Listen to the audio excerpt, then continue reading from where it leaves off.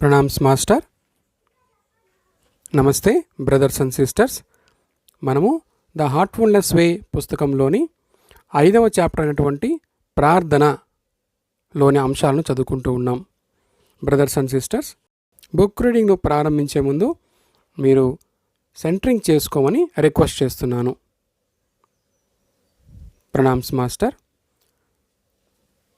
Heartfulness ప్రార్థన గురించి Daaji master ఏం చెప్పారో ఈ భాగంలో చదువుకుందాం.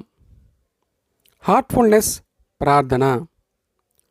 ప్రతిరోజు ధ్యానానికి ముందు ఒకసారి, మరలా ఆ రోజు చివరన రాత్రి నిద్రపోయే ముందు మరోసారి మనం హార్ట్ఫుల్నెస్ ప్రార్థనను నివేదిస్తాము.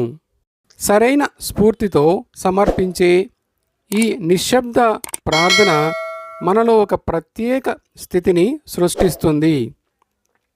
హార్ట్ఫుల్నెస్ సాధన చేస్తున్న నా తొలి రోజుల్లో ఈ ప్రార్థనను దాదాపు లాంఛనప్రాయంగా చేసేదిగా భావించేవాడిని. దీనివలన నా హృదయం దాన్ని గురించి అంతకంటే ఆలోచించలేదు. చివరికి నేను పూర్తిగా ప్రార్థన చేయడం మానేశాను. అయినప్పటికీ ఒకరోజు సాయంత్రం నా దృష్టి ముఖ్యంగా ఈ మాటల మీదకు మళ్ళింది. సంపూర్ణంగా హృదయంతో నేను ప్రార్థించాను. వెంటనే నా అంతర్గత ఆధ్యాత్మిక స్థితి మారిపోయింది. ఆ రోజు రాత్రి నా నిద్ర మామూలుగా లేదు, గాఢమైన ధ్యానంలా ఉంది. ఉదయాన్నే నిద్ర లేచినప్పుడు నా అంతర్గత స్థితి అపూర్వంగా ఉంది. అంతకంటే మిన్నగా నా ధ్యానానికి ఒక ప్రత్యేకమైన లక్షణం అలవడింది. అంతకుముందు అది లేదు. ఈ అనుభవం యొక్క ఫలితంగా నేను ప్రార్థనను నిర్లక్ష్యం చేయడం మానేశాను. తత్ఫలితంగా అది నా జీవితంలో ఒక ప్రధానమైన భాగంగా మారింది. ఇప్పటికీ కూడా ప్రతిరోజు దాని మీద పరిశోధన కొనసాగిస్తున్నాను. ఓ మాస్టర్, మానవ జీవితమునకు యథార్థ లక్ష్యం నీవే. మేమింకను కోరికకు బానిసలమై ఉండుట మా ప్రగతికి ప్రతిబంధకమై ఉన్నది. మమ్ము ఆ దశకు చేర్చు ఏకైక స్వామివి, శక్తివి నీవే. నిద్రించే ముందు ప్రార్థించడం యొక్క ఉద్దేశం ఏమిటి అని అడిగాను. ప్రార్థనాపూర్వక జాగృత స్థితి సృష్టించుకునేందుకు ఇది ఉత్తమమైన మార్గం. దివ్యత్వంతో మన సంబంధాన్ని తిరిగి స్థాపించుకోవడమే ప్రార్థన యొక్క ముఖ్య ఉద్దేశం. కానీ ప్రార్థనాపూర్వక స్థితి అలాంటిది కాదు, దానికి భిన్నమైనది. మనం అప్పటికే దివ్యత్వపు ఉనికిని అనుభూతి చెందినప్పుడు ప్రార్థనాపూర్వక స్థితి ఉదయిస్తుంది. అప్పుడు మన శిరస్సులు వంచాలని, ఆ దివ్య మహాసాగరంలో కరిగిపోవాలని అనిపిస్తుంది. శరీరంతో, మనస్సుతో, ఆత్మతో మనం దివ్యత్వం వైపు తిరిగినప్పుడు ఆ ఆకర్షణీయమైన ఉనికిని మనం అనుభూతి చెందుతాము. దివ్యత్వం వైపు మన దృష్టిని మళ్లించడాన్ని మనం జాగృత మనస్సుతో చేయలేము. మనం పూర్తిగా మేల్కొని ఉన్న పగటిపూట మన బుద్ధి మన చైతన్యం మీద ఆధిపత్యాన్ని చెలాయిస్తుంది. బుద్ధికి తనదైన ప్రయోజనం ఉంది, కానీ అది ఒక అంతర్గత ప్రార్థనాపూర్వక స్థితిని సృష్టించడానికి ఉపయోగపడదు. మేల్కొని ఉన్న స్థితికి, నిద్రించే స్థితికి మధ్య ఉండే వ్యవధిలో చేతన, ఉపచేతన స్థాయిల మధ్య సంగమం జరిగి తెర తాత్కాలికంగా పైకి లేచి అవి రెండు ఒక చోట కలుస్తాయి. ఈ క్షణంలో ఆధునిక శాస్త్రవేత్తలు ఆల్ఫా స్థితి అని పిలిచే ఒక అమరికలో మన మెదడు తరంగాలు చేరుతాయి. ఆ ఆల్ఫా స్థితిలో ఉండగానే మనం ఒక రకమైన అంతర్గత స్వప్నావస్థలో ప్రవేశించి సూచనలను స్వీకరించేలా సున్నితంగా తయారవుతాము. ఇప్పుడు మనం ఉద్దేశపూర్వకంగా ఉపచేతనలో ప్రార్థనాపూర్వక ఆలోచన బీజాలు నాటగలం. ఈ ఆలోచనలు వ్రేళ్లు నాటుకొని సారవంతమైన ఉపచేతన క్షేత్రంలో పెరుగుతాయి. బీజాలు భూమి లోపల కంటికి కనిపించకుండా అంకురించే విధంగా మన ప్రార్థనలు ఉపచేతనత్వపు అంధకారంలో అంకురిస్తాయి. తర్వాత మన జాగృత అవగాహనలో విస్ఫోటనం చెందుతాయి. ఈ విధంగా మనం ప్రార్థనలను ఉపచేతనంలో నాటి తద్వారా ఒక ప్రార్థనాపూర్వక జాగృత స్థితిని పొందగలం. కానీ మనం ప్రార్థనను అనుభూతితో నివేదించాలి. ఉపచైతన్యానికి కేవలం మానసిక అనుభూతి యొక్క భాష మాత్రమే తెలుసు. చూసారా, పొట్లు మాటలను ఉపచేతనలో నాటవచ్చు, కానీ అవి ఎన్నడూ మొలకెత్తలేని జీవరహిత విత్తనాలు. రాత్రి పడుకునే సమయంలో మనం తరచుగా ఎక్కువ మగతగా ఉంటాం. నిజానికి అనుభూతితో ప్రార్థన చేయలేకపోతాం. కాబట్టి ప్రార్థించడాన్ని పగటిపూట మేల్కొని చురుగ్గా ఉన్నప్పుడే సాధన చేయవచ్చు.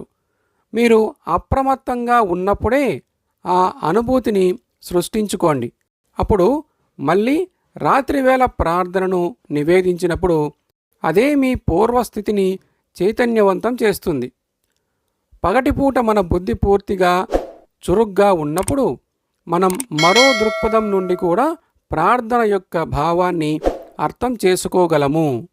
ఈ మధ్యనే ఈ సాధనను ప్రారంభించిన కొత్త వారేగాక ఎంతో కాలంగా సాధన చేస్తున్న వారు కూడా ప్రార్థన యొక్క నిజమైన ప్రాముఖ్యతను అర్థం చేసుకునేందుకు 1-2 రోజులు ఈ సాధనను ప్రయత్నించి చూడాలని నేను నిజంగా ఆశిస్తున్నాను. ప్రార్థనలో ఉన్న వాక్యాలు వ్యక్తం చేసేదానికంటే కూడా దానిలో ఎక్కువ అంతరార్థం ఉంది. అప్పుడు మీరు కనుగొనే అర్థం వెనుక ఏది దాగి ఉందో చూడండి. దాని మీద పదే పదే ధ్యానం చెయ్యండి. మొదటి పంక్తిని, 2వ పంక్తిని, 3వ పంక్తిని తీసుకొని దానిలోని ప్రతి పదం మీద లోతుగా ఆలోచించండి. హడావిడిగా చేయవద్దు. ఇలా చేసిన ప్రతిసారి కొత్త కొత్త అర్థాలు వెల్లడవుతాయి. మీలో పరివర్తన తీసుకురావడమే ప్రార్థన యొక్క ఉద్దేశం. ప్రార్థన ఫలితంగా పరివర్తన పైనుండి వస్తుందని సాధారణంగా అనుకుంటారు. కానీ ప్రార్థించిన ఫలితంగా కాకుండా మనం చేసే ప్రార్థనే మనలో పరివర్తన తీసుకువస్తుంది. మనం ప్రార్థించిన తక్షణమే ఈ పరివర్తన సంభవిస్తుంది. నిజమైన ప్రార్థనే దానికి సమాధానం. చూసారా, నిన్ను సృష్టించిన వానితో సన్నిహిత సంబంధాన్ని ఏర్పరచుకునేందుకు నీ హృదయం అమాయకంగా పరిశుద్ధంగా ఉండాలి. పసిపిల్లాడిలా ఉండు అన్నాడు క్రీస్తు ప్రభు. అపరాధ భావన పూర్తిగా వినాశకరమైనది. అది గుండెలో సీసం లాంటిది. అపరాధ భావన కలిగిన హృదయం తనకు తానే సృష్టించుకున్న జైలులో ఒంటరిగా కూర్చుని దివ్యత్వం నుండి దాక్కుంటుంది. అటువంటప్పుడు దివ్యమూలం నుండి ప్రసరించే పునరుద్ధరణ కిరణాలలో మనం ఎలా స్నానం చేయగలము? భగవంతుడు మనల్ని స్వీకరించి అంగీకరిస్తాడా లేదా అనే ప్రశ్న లేదు. తల్లి తన ప్రేమను, క్షమాగుణాన్ని ప్రదర్శించకుండా ఆపుకోగలదా? మనల్ని అంగీకరించలేని వాళ్ళము లేదా క్షమించలేని వాళ్ళము మనమే. పశ్చాత్తాపం పదే పదే చేసే ఆచారకాండ కాదు. మన తప్పులను మన హృదయాలు పశ్చాత్తాపపడినప్పుడు మాత్రమే స్వీయ క్షమ కలుగుతుంది. నీ హృదయం బిగ్గరగా రోదిస్తే క్షమించమని కోరుతూ చేసే 1000 ప్రార్థనలకు అది సమానము.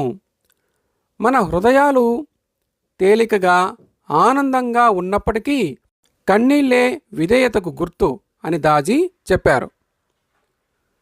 దేని గురించి కూడా మనకు తప్పు చేశామన్న భావన కలగకపోతే నేను అడిగాను. అప్పుడు అభినందనలు అని దాజీ నవ్వారు. నువ్వు ఒక యోగివి అయి ఉండాలి. కానీ యోగి కూడా మెరుగుపడటానికి కొంత అవకాశం లభిస్తుంది.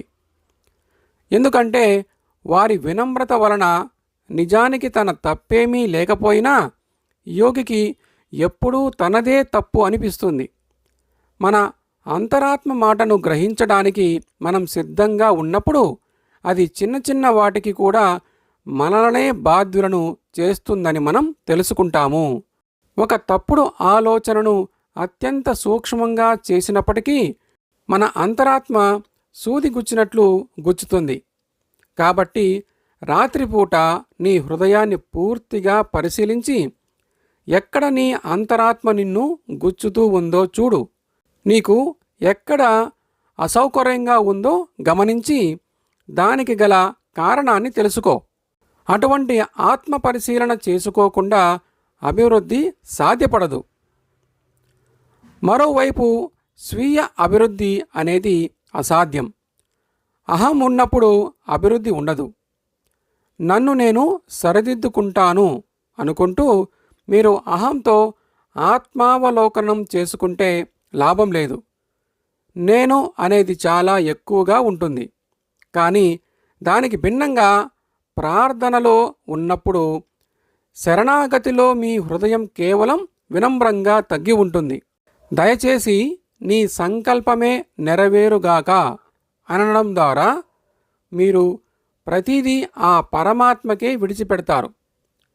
అవసరమైనది ఆత్మావలోకనం, శరణాగతుల కలయిక. నీకు భగవంతునికి మధ్య ఒక స్నేహపూర్వక ఒప్పందం.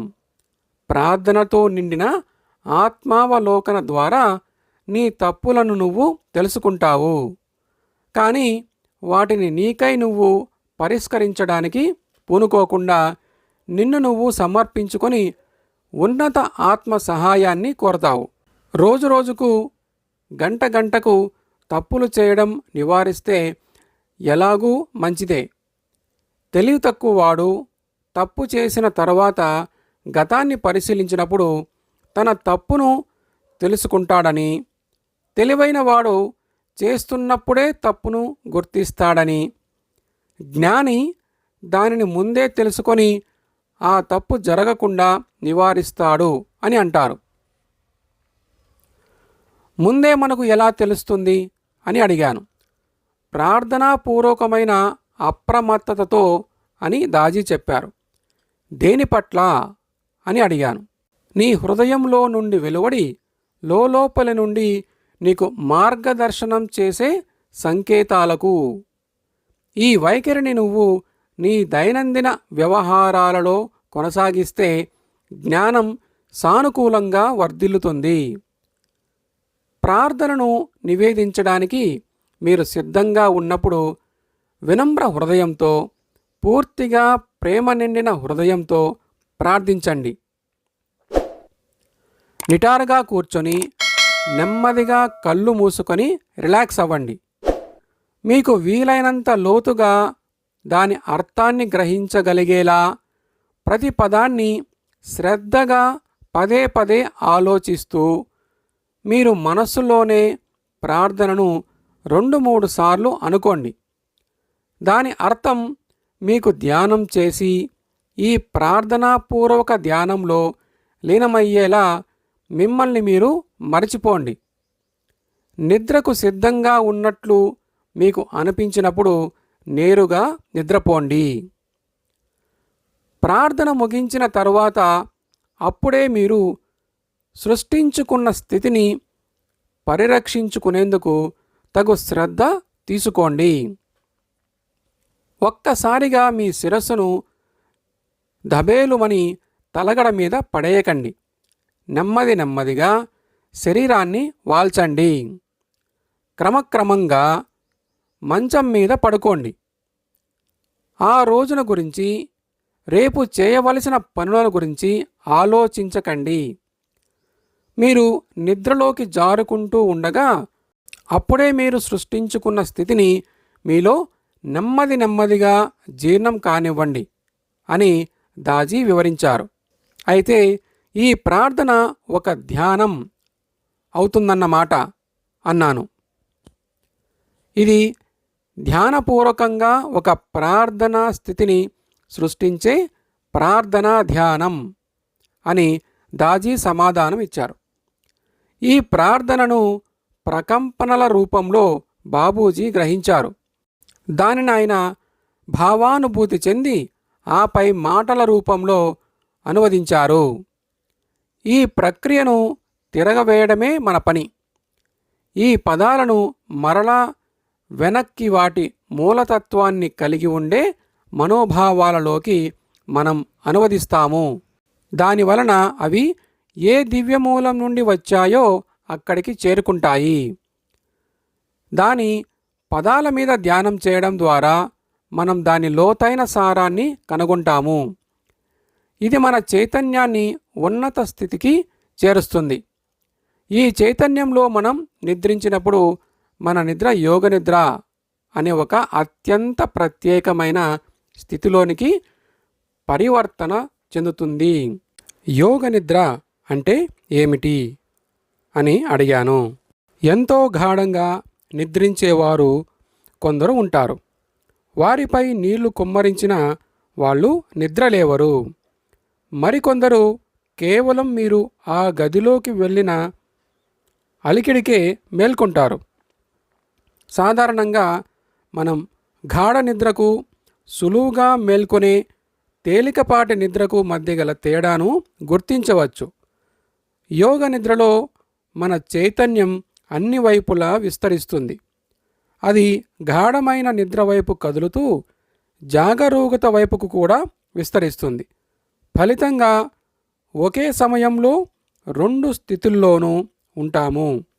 గాఢంగా నిద్రిస్తూనే మనం పూర్తి జాగరూక స్థితిలో ఉంటాము. కాబట్టి యోగ నిద్రలో మనం కేవలం శారీరక మానసిక విశ్రాంతిని పొందడం మాత్రమే కాకుండా చైతన్యాన్ని కూడా విస్తరించుకోగలము. నిజానికి ఈ స్థితిలో ఇంకా ఎక్కువే జరుగుతుంది.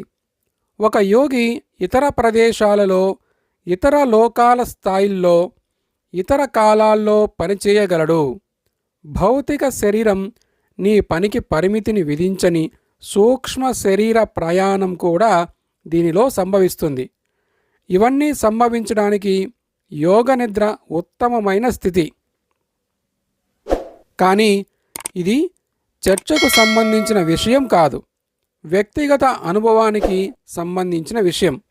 మనమందరము చెందుతున్న వికాసపు స్థాయిని బట్టి లోతుకెళ్ళి కొలవగలిగినది ఏది అనే దానిపై మనం మన దృష్టిని కేంద్రీకరిద్దాం. ముఖ్యంగా యోగ నిద్ర ఉదయం ధ్యానంలో మనల్ని అతి చైతన్యపు ఆకాశంలోని ఎత్తులకు ఎగిరి దూసుకు వెళ్లేందుకు తయారు చేస్తుందని మనం తెలుసుకుంటాము అని దాజీ అన్నారు. దాన్ని అది ఎలా చెందుతుంది అని అడిగాను.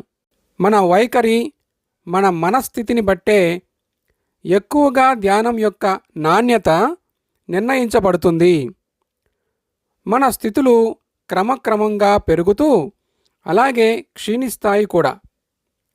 నీకు అవసరమైనప్పుడు చిటిక వేసి క్షణాల్లో ధ్యాన స్థితిని పొందలేవు. అది అప్పటికే నీలో ఉండాలి. కానీ నువ్వు ఉదయాన్నే మొదటి పనిగా ధ్యానం చేస్తే ఆ ధ్యాన మనస్థితి అభివృద్ధి చెందే అవకాశం ఎప్పుడు లభిస్తుంది? అది రాత్రి నిద్రలోనే అభివృద్ధి చెందాలి అని దాజీ చెప్పారు. దీనికోసం పడుకునే సమయంలోనే మనం సరియైన బీజాలు నాటాలన్నమాట అన్నాను. అవును, రాత్రి పరుండే సమయంలో చేసే ప్రార్థన ఆ దివ్యమూలంతో ఏకం అవ్వాలన్న ఒక ప్రార్థనాపూర్వక చైతన్యాన్ని మనలో రగులుస్తుంది. అది రాత్రంతా విస్తరించి ఉదయానికి మనం అంతర్గత ఆనందంతో ధ్యానం చేస్తాం. అది మనల్ని ఆ దివ్యమూలంలోనికి లోతుగా తీసుకువెళుతుంది అని దాజీ చెప్పారు. రాత్రి మనం ప్రార్థన చేసి తర్వాత నిద్రిస్తాం. ఉదయం కూడా మనం ప్రార్థిస్తాం, కానీ అప్పుడు మనం ధ్యానం చేస్తాం. మనం నిద్రలోకి జారుకుంటామో లేదా ధ్యానంలోకి వెళతామో ఏది నిర్ణయిస్తుంది అని అడిగాను. మన సున్నితమైన అంతఃసంకల్పం.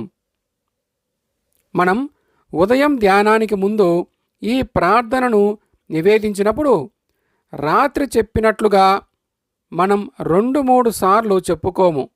కేవలం ప్రార్థనను ఒకేసారి నివేదించి ధ్యానాన్ని ప్రారంభిస్తాము అని దాజీ తెలిపారు. ఎందుకని అని అడిగాను. నువ్వు సరి అయిన స్ఫూర్తితో నిద్రించే ముందు ప్రార్థన చేస్తే ఉదయానికి కూడా ఆ ప్రార్థనా స్థితి ఇంకా నీతోనే ఉంటుంది. ఒకవేళ అలా ఉండకపోయినా కొంచెం గుర్తు చేస్తే చాలు. కేవలం నడిపేవాని చేతిలో ఉన్న కొరడా నీడను చూసి గుర్రం పరిగెత్తినట్లుగా కేవలం ఒక ప్రార్థనతో మన అంతర్గత స్థితి మేల్కొంటుంది.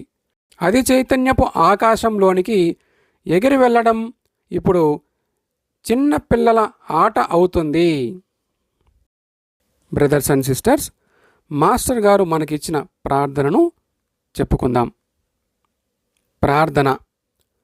సుఖంగా సౌకర్యవంతంగా కూర్చొని నెమ్మదిగా కళ్ళు మూసుకోండి. ఉదయం ధ్యానానికి ముందు ప్రార్థన. ధ్యానం ప్రారంభించే ముందు నెమ్మదిగా నిశ్శబ్దంగా ఒకసారి ప్రార్థన చేసుకోండి. నిద్రించే ముందు ప్రార్థన. సుఖంగా మధ్యలో కాసేపు ఆపుతూ నిశ్శబ్దంగా కొన్నిసార్లు ప్రార్థన చేయండి. ప్రార్థనలోని పదాల నిజమైన అర్థం మీద 10 నుండి 15 నిమిషాల సేపు ధ్యానం చేయండి. తెలివితేటలతో వాటిని అర్థం చేసుకోవడానికి ప్రయత్నించకుండా అవి మీ హృదయంలో ప్రతిధ్వనిస్తూ అనుభూతి చెందండి. దాని అర్థం మీ లోపలి నుండి బయటకు వచ్చేలా చూడండి. మాటలకు అతీతంగా ఆ భావనలో నిద్రించడానికి ప్రయత్నించండి. ఓ మాస్టర్, మానవ జీవితమునకు యథార్థ లక్ష్యం నీవే. మేమింకను కోరికలకు బానిసలమై ఉండుట మా ప్రగతికి ప్రతిబంధకమై ఉన్నది. మమ్ము ఆ దశకు చేర్చు ఏకైక స్వామివి, శక్తివి నీవే. Thank you master. ధన్యవాదములు.